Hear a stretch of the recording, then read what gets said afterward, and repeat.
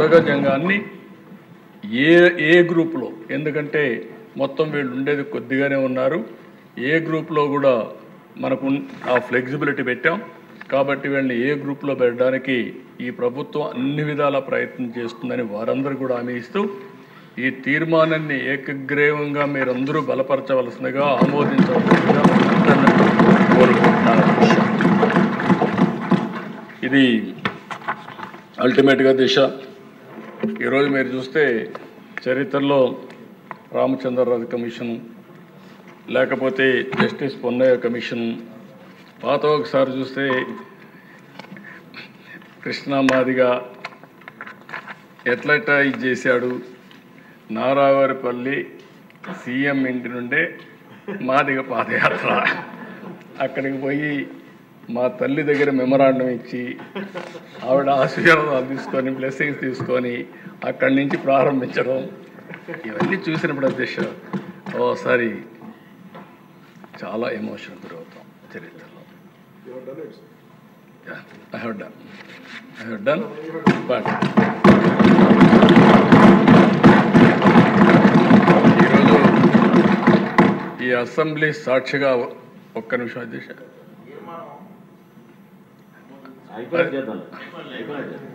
ఈరోజు అధ్యక్ష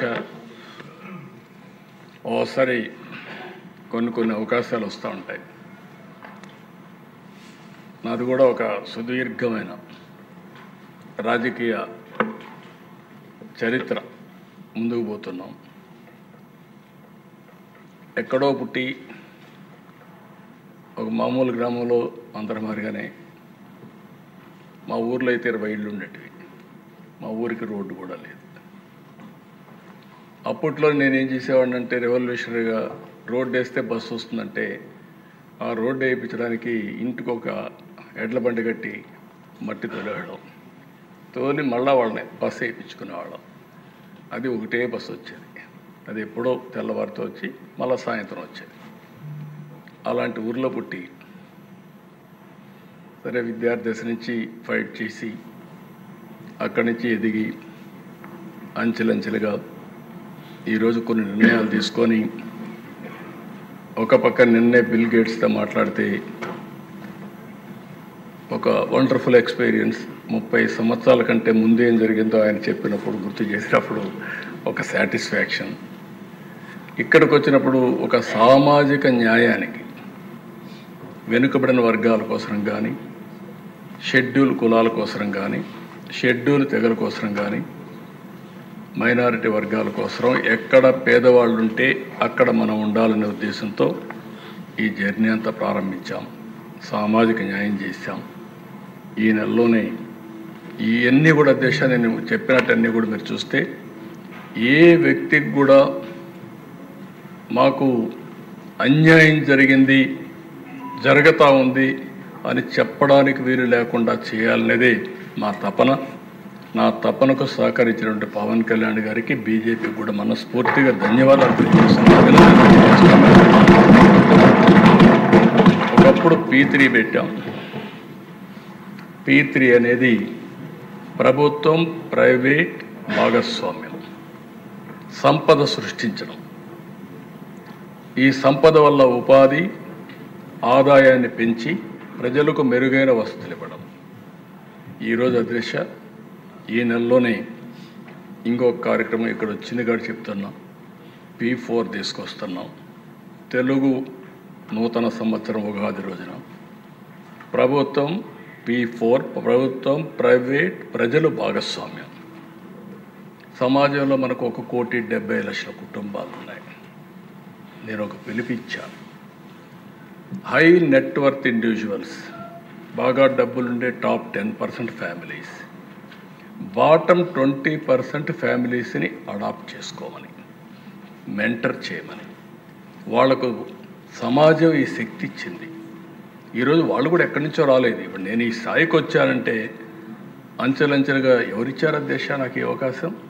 ఈ రాష్ట్రంలో ఉండే ప్రజలు ఇచ్చారు, సమాజం ఇచ్చింది. ఆ సమాజం ఇచ్చిన అవకాశాన్ని మళ్ళీ సమాజం కోసం హెచ్చించడం నా బాధ్యతగా ఆలోచించి అనునిత్యం నేను పనిచేస్తున్నాను దేశ. అందుకే ఈ సందర్భంగా ఒక పిలిపించాను నేను. ఎవరైతే సమాజం వల్ల పైకొచ్చిన వ్యక్తులు, మనతో సమానంగా పుట్టిన వ్యక్తులు మన ఊర్లో ఇంకా పేదరికంలో ఉన్నారు, 3 పూట్ల తిండి లేని పరిస్థితిలో ఉన్నారు, సరైన నీళ్లు లేని పరిస్థితి. వాళ్ళు మనుషులే, కానీ మనకు అవకాశాలు వచ్చాయి, మనం చేయగలిగే వాళ్ళు చేయలేకపోతున్నారు. అందుకే నేను పిలిపిస్తున్నాను దిశ జీరో పావర్టీ. ఈ జీరో పావర్టీలో కూడా దిశ పేదరికం ఎవరికి ఉందా దిశ? ఈరోజు సమాజంలో మీరు ఒకసారి చూస్తే ఇదంతా కూడా జీరో పావర్టీ అనేది ఈ పేదవాళ్ళకే ఉంది. అందులో ఎక్కువ ఎవరున్నారు? ఎస్సీస్లో ఉన్నారు, బీసీస్లో ఉన్నారు, గిరిజనులో ఉన్నారు, మైనారిటీస్లో ఉన్నారు, అగ్రవర్ణాల్లో కూడా ఉన్నారు. అందుకని అధ్యక్ష 20% ఫ్యామిలీస్ అంటే 30 లక్షల కుటుంబాలు ఉంటారు. P4 కింద అడాప్ట్ చేసుకుంటాం. గవర్నమెంట్ ఇవ్వాల్సింది ఫోకస్ చేస్తాం. టెక్నాలజీ మెచ్యూరిటీ వచ్చింది. మ్యాక్రో లెవెల్లో రాష్ట్ర స్థాయిలో ప్లానింగ్ చేయొచ్చు, క్షేత్రస్థాయిలో ప్రతి ఒక్క ఇంటిని ఫోకస్ చేయొచ్చు. అది వాళ్ళు అడాప్ట్ చేసుకున్న వ్యక్తులు కూడా పెట్టి మెంటరింగ్, వాళ్ళు చేయాల్సింది వాళ్ళకు ఆర్థిక సహాయం, టైమ్లీ హెల్ప్, ఒక short term, medium term, long term goals పెట్టుకొని వీళ్ళు కానీ మానిటర్ చేయగలిగితే ఇది అసాధ్యం కాదు. ఈరోజు ఒక విధంగా ఆలోచిస్తే ఒక ఇంపార్టెంట్ డే ఎందుకు అంటున్నానంటే, ఒక కేటగరైజేషన్ తీసుకునే సందర్భంగా పేదరికం లేని రాష్ట్రాన్ని చూడాలన్న ఆలోచన, జీరో పావర్టీనే కాకుండా ఆర్థిక అసమానతను తగ్గించాలి. కొంతమంది ఈరోజు దేశ సంపద వచ్చిన తర్వాత కోట్ల రూపాయలు వచ్చే పరిస్థితి వచ్చింది, కొంతమంది నిరుపేదలుగా ఉన్నారు. ఇది సమాజానికి మంచిది కాదు. నా జీవితంలో ఒకటి ఆలోచిస్తున్నా, జీరో పావర్టీ ఫేజ్ 1 తర్వాత ఆర్థిక అసమానతలు తగ్గించడానికి నా జీవితాంతం పనిచేస్తాను. మా పార్టీ కూడా పనిచేస్తుంది, ఎన్డీఏ కూడా పూర్తిగా ఆ దిశగా ముందుకు పోతామని మీ అందరికీ హామీ ఇస్తున్నా. ఆ దిశగా ముందుకు పోతాం. అదే సమయంలో అధ్యక్ష, ఈరోజు ఇక్కడికి వచ్చినప్పుడు కోస్తా జిల్లాలో తూర్పు కాపులకు కుల సర్టిఫికెట్ ఇవ్వడం లేదని చెప్పి ఇప్పుడే బుచ్చేశ్వర్ గారు రైజ్ చేశారు. తప్పకుండా దీన్ని కూడా తీసుకొని ఏ విధంగా వర్కౌట్ చేయాలో వర్కౌట్ చేస్తామని చెప్పి తెలియజేసుకుంటూ, ఎవ్వరికి కూడా అన్యాయం జరగకుండా అందరికీ న్యాయం జరిగేట్టుగా చేయడం మన బాధ్యత. అదే సమయంలో కొంతమంది కొన్నిసార్లు అపార్థం కూడా చేసుకునే పరిస్థితి ఉంటారు. తెలిసి కానీ తెలియకుండా కానీ ఎవ్వరికి ప్రభుత్వం ఇబ్బంది పెట్టదు. అదే సమయంలో సామాజిక న్యాయం చేయడానికి మాత్రం 100కి 100% కాదు, 1000% కమిటెడ్గా పనిచేస్తామని మరొకసారి తెలియజేసుకుంటూ, ఈరోజు ఈ అవకాశాన్ని ఇచ్చిన మీకు మిత్రులందరికీ కూడా మనస్ఫూర్తిగా అభినందిస్తూ, ప్రత్యేకంగా జనసేన అధినేత పవన్ కళ్యాణ్ గారికి, బీజేపీ నాయకులకి, ప్రధానమంత్రి గారికి అందరికీ ధన్యవాదాలు తెలియజేసుకుంటూ సెలవు తీసుకుంటాను.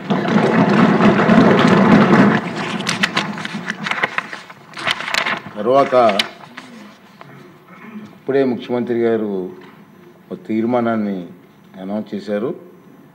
అది మీ అందరూ చూశారు. ఆంధ్రప్రదేశ్ షెడ్యూల్ కులాల జాబితాలో మరలా బుడగ జంగం కమ్యూనిటీని చేర్చవలసిందిగా కేంద్ర ప్రభుత్వాన్ని కోరుతూ ఒక తీర్మానం ప్రవేశపెట్టడం జరిగింది.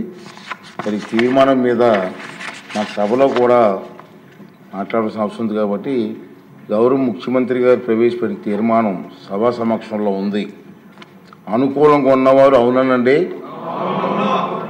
వ్యతిరేకంగా ఉన్నారు కాదనండి. అవునన్నారు, అందరూ అవునన్నారు. తీర్మానం ఏకగ్రీవంగా ఆమోదించబడింది.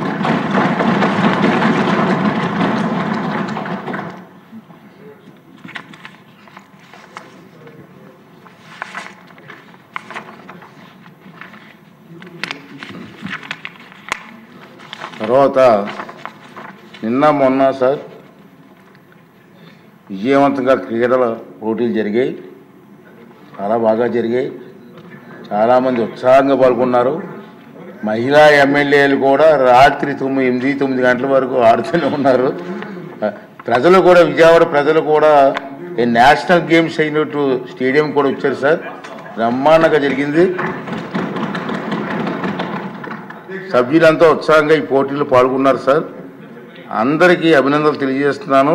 ఈరోజు మన సభ్యులు విభిన్న కళారంగంలో కూడా వారు తాలూకు టాలెంట్ చూపించడానికి ప్రదర్శనలు కూడా చేస్తున్నారు. ఇప్పుడు ఆ తర్వాత ఆర్థిక శాఖ మంత్రి గారు మరి మీ ఆశీర్వాదంతో సభ్యులకు విందు కూడా ఏర్పాటు చేశారు సార్. అంతే సభ్యులందరినీ కోరుతున్నానండి, డెఫినెట్గా ఈ 2 రోజులు ఎంతో సహకరించారు, బ్రహ్మాండంగా చేశారు. రాష్ట్రం అంతా కూడా అనేక మంది బ్రహ్మాండంగా చేశారని చెప్పి మంచి పేరు కూడా మనకు వచ్చింది. కాబట్టి సాయంత్రం 4:30 ప్రాంతానికల్లా మన విజయవాడ A1 కన్వెన్షన్ హాల్కి వస్తే అక్కడ మన ముఖ్యమంత్రి గారి చేతుల మీదుగా విజేతలందరికీ కూడా ప్రైజెస్ ఇస్తారు. సాంస్కృతిక కార్యక్రమాలు ఉన్నాయి. సాంస్కృతిక కార్యక్రమాలు కూడా సార్ మన వాళ్ళే చేస్తున్నారు సార్. ఎమ్మెల్యేస్ చేత ఉంది. ఆ కార్యక్రమానికి వచ్చి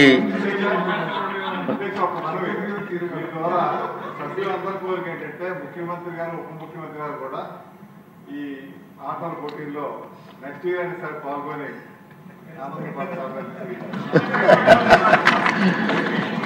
అందరూ సభ్యులందరూ వచ్చి మంత్రులందరూ వచ్చి ఆ కార్యక్రమాన్ని విజయవంతం చేయవలసిందిగా నేను కోరుకున్నానండి.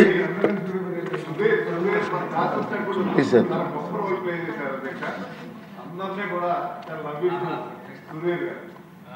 ఎవరు? ఓకే అండి, ఉండండి. తర్వాత ఈ సభ గురించి కూడా కొన్ని విషయాలు చెప్పవలసిన అవసరం ఉంది. ఇప్పుడు 16వ శాసనసభ 3వ సమావేశాల గణాంకాలు సభ ఎండింగ్లో మనం చెప్పడం మొత్తం నుంచి ఆనందిస్తూ వస్తున్న సంగతి మీకు తెలుసు. సభ మొత్తం మీద గవర్నర్ గారి ప్రసంగం రోజులు మినాయిస్తే 15 రోజుల పాటు సమావేశం అయింది సార్. ఈ 15 రోజుల్లో 85 గంటల 52 నిమిషాల పాటు శాసనసభ కార్యక్రమాలు జరిగాయి. 113 నక్షత్ర గుర్తు ప్రశ్నలకు మౌలికంగా సమాధానాలు ఇచ్చారు. 2 స్వల్ప వ్యవధి ప్రశ్నలకు సమాధానం ఇవ్వడం జరిగింది.